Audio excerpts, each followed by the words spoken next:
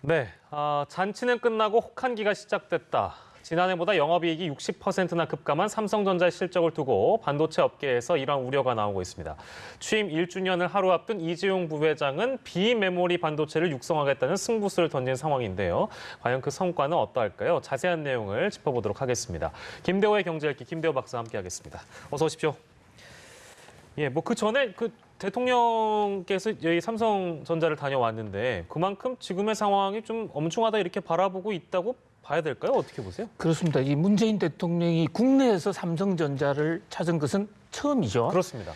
더더군다나 지금 삼성전자는 어저께 삼성바이오에서 이 직원들이 구속되지도 않은 삼성 에피스 관련된 그게 내용이죠. 결국은 다 연결이 되어 있는 거거든요. 삼성물산 이 합병 과정이 다 연결이 되어 있는데 그런 상황 속에서 또 이 이재용 부회장이 최종 이 대법원 3심 판결이 눈앞에 있어요. 이달입니다. 또 그렇죠. 5월 달입니다.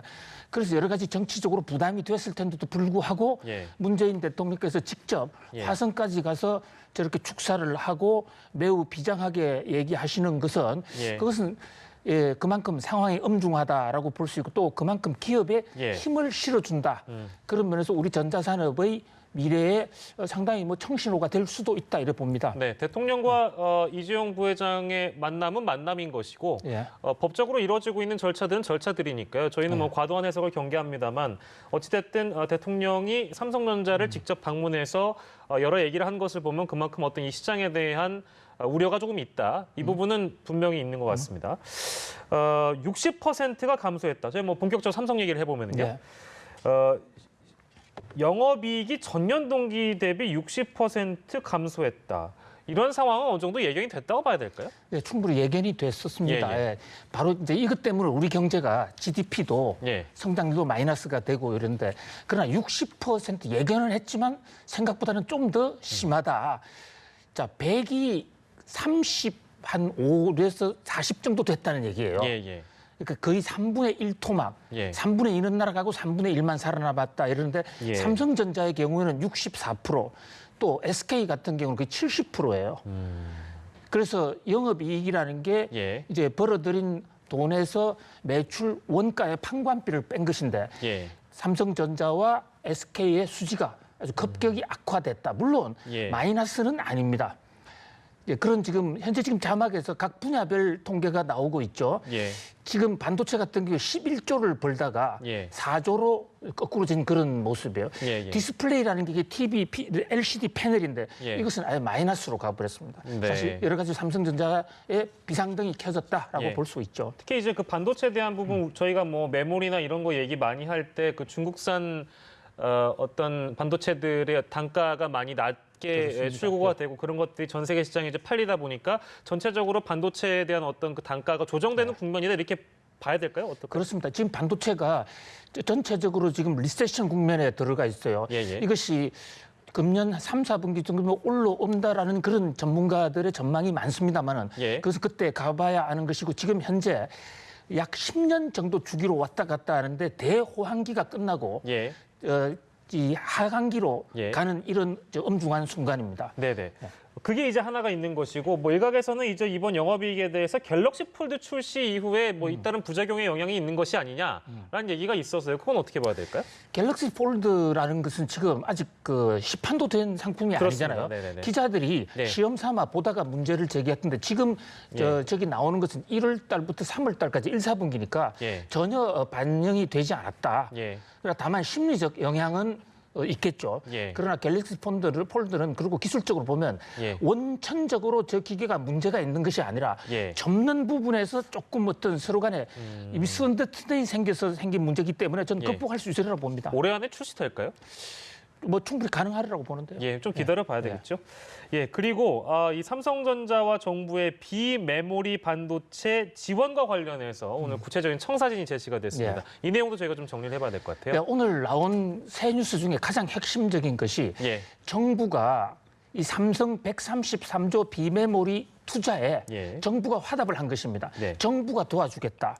물론 금액은 1조 정도 일단 1차적으로 1조가 나왔습니다만 금액의 다과를 떠나서 정부의 핵심 역량을 비메모리 쪽을 지원하겠다. 지금 R&D 국책 사업에 10년간 1조를 투입하겠다는 거 아닙니까? 예. 그 밖에도 1,000억 원 규모의 전용 펀드를 신설하겠다.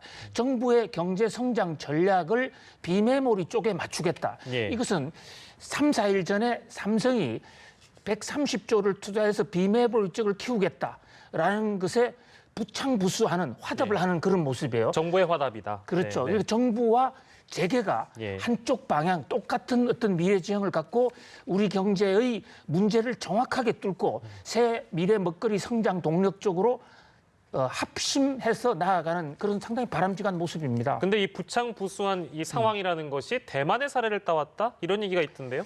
그렇습니다. 대만은 사실 이것이 1980년대부터 한 거예요. 아, 그렇습니까? 예, 지금 삼성이 예. 목표로 삼고 있는 것이 파운드리 1등을 가겠다라는 건데 그게 파운드리는 또 뭐예요? 예, 우선 이 파운드리 1등하고 있는 TSMC라는 회사를 따라가겠다는 그것은 사실 정부가 만든 회사예요. 예. 대만 정부가. 예, 예. 그러다가 나중에 민영화됐거든요. 예. 자, 그리고 파운드리 좀 말씀을 드릴까요? 예, 말씀해 주십시오. 예, 지금 삼성전자가 이제 133조를 투자하겠다라는 것은 지난주에 나온 얘기고요. 예. 그 중에서 보다 구체적으로 오늘 이재용 부회장이 얘기한 것 중에 상당히 임팩트가 있는 내용 중에 하나는 예. 자, 우리가 지금 자막에 나오고 있는 저 파운드리 예. 팹리스에 집중하겠다. 네. 자, 파운드리는 우리가 세계 1등으로 가겠다 그랬고 팹리스는 예. 세계 팹리스 시장의 예. 10%를 장악하겠다 그랬거든요. 예, 예. 바로 저것이 메모리 부분의 핵심인데요.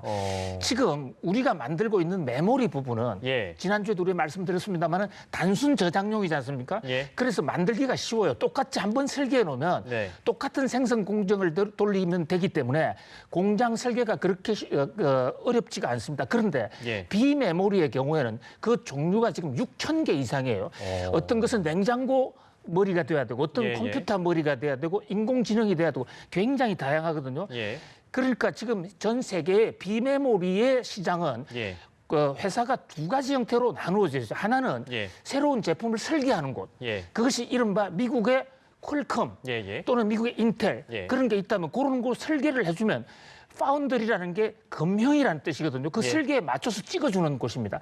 그것을 지금 대만이 잘 하고 있는데 아, 설계하는 게 하나 있고 생산해 주는 게 하나가 있고. 예. 예, 예. 지금 우리는 팹리스도 하겠다, 그 파운드리도 하겠다 이러니까 설계에서는 세계 시장의 10%를 장악하고 예. 또 찍어내는 부분에 대해서도 예. 우리가 세계 1위를 하겠다. 예. 그야말로 전 세계의 반도체 공화국이 되겠다라는 예. 매우 야심찬 계획이고 저것이 만약에 될 수 있다면은 예.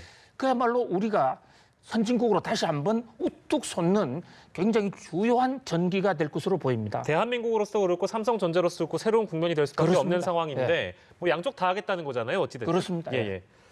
비메모리 산업 이게 예. 우리나라에 적합하다고 보세요? 어떻게 보세요? 적합은 상당히 한 측면이 있어요. 왜냐하면 예, 예. 저것이 다 이 두뇌 산업이거든요. 예. 우리나라의 인적 구성이 다른 나라에 못지않기 때문에 그런데 한 가지 문제는 저게 돈이 많이 들고 예. 굉장히 다양합니다. 그래서 종전에도 예. 삼성이 비메모리를 몰라서 안 한 게 아니거든요. 예. 하고 싶었어요. 예, 예. 그렇지만 당장의 메모리가 돈이 되고 예. 비메모리 했었을 때 성공에 대한 보장이었기 때문에 예. 주저주저 해왔던 것이라고요. 그런데 지금 과연 133조를 10년간 투자한다고 해서 예. 반드시 된다는 보장은 없어요. 그래서 지금부터 정부나 삼성이나 또 우리 국민들도 예. 저 대목에 대해서 비상한 각오로 우리가 다시 한번 뛰어야 될 것으로 보입니다. 예. 정부의 전폭적인 지지가 또 필요한 예. 그런 상황일 테고요. 삼성전자 입장에서는요. 이제 비메모리 승부수를 어쨌든 이재용 부회장은 던졌습니다. 근데 예. 이제 선대에 있었던 이제 이재용 부회장의 아버지죠. 이건희 회장이나 뭐 이제 할아버지들도 각자 이제 자기 스스로의 승부수들이 다 있어 왔는데 예. 그때와 비교한다면 어떨까요? 예, 지금 삼성전자는 이제 저희들이 그 대학 시절만 하더라도 예. 삼성전자의 워크맨이나 이 녹음기를 들고 다니기 굉장히 창피했습니다. 왜 그러셨습니까? 찌지직 소리가 나는 데다가 디자인도 삼류 수준이었기 때문에 예. 그리고 제가 처음에 90년대에 미국 유학 갔을 때도 예. 삼성전자 TV가 창피했어요. 자, 그런데 예. 이걸 빠른 속도로 올렸단 말이죠. 예. 그래서 이제 세계 1등의 신화를 만들었는데 그중에서 삼성전자가 오늘날 이렇게 세계적인 기업으로 크게 된 것은 예. 바로 저 반도체에 뛰어든 것인데 1977년도에 예. 할아버지 이병철 회장이 한국 반도체라는 국내 조그마한 부천에 있던 회사를 하나 사서 예. 그게 우리나라 최초로 반도체를 이제 이 시작을 한 것이죠. 예. 그 당시만 하더라도 우리나라 공대 출신들은 반도체 회사 안 가고 삼성전자에 있던 사람이 삼성 반도체로 발령이라면 사표를 낼 정도로 반도체 인기가 없을 때입니다. 예. 그러니까 이병철 회장이 그런 눈이 있었던 거죠. 특히 도쿄서는 83년에 도쿄서는 자 반도체에 한번 운명을 걸어보겠다. 무모하다고 했는데 결국 성공해냈습니다. 예. 그리고 그 아들 이건희 부회장, 이제 회장님이죠. 네. 이분은 지금 병원에 계십니다만 이분은 2009년도에 LCD 쪽에 이 패널 쪽에 혁명을 일으킨 거예요.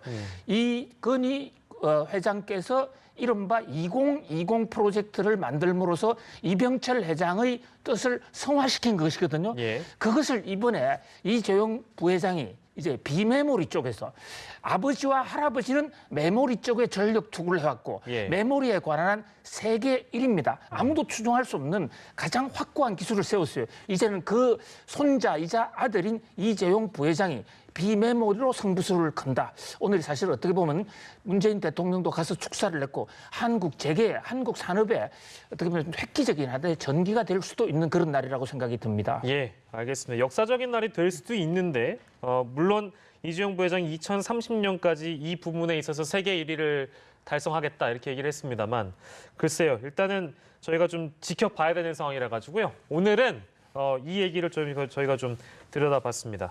삼성전자의 영업이익과 관련된 얘기도 했고요. 비메모리 반도체도 또 더불어서 얘기했습니다. 김대호의 경제학기 김대호 박사의 시간 함께했습니다. 고맙습니다.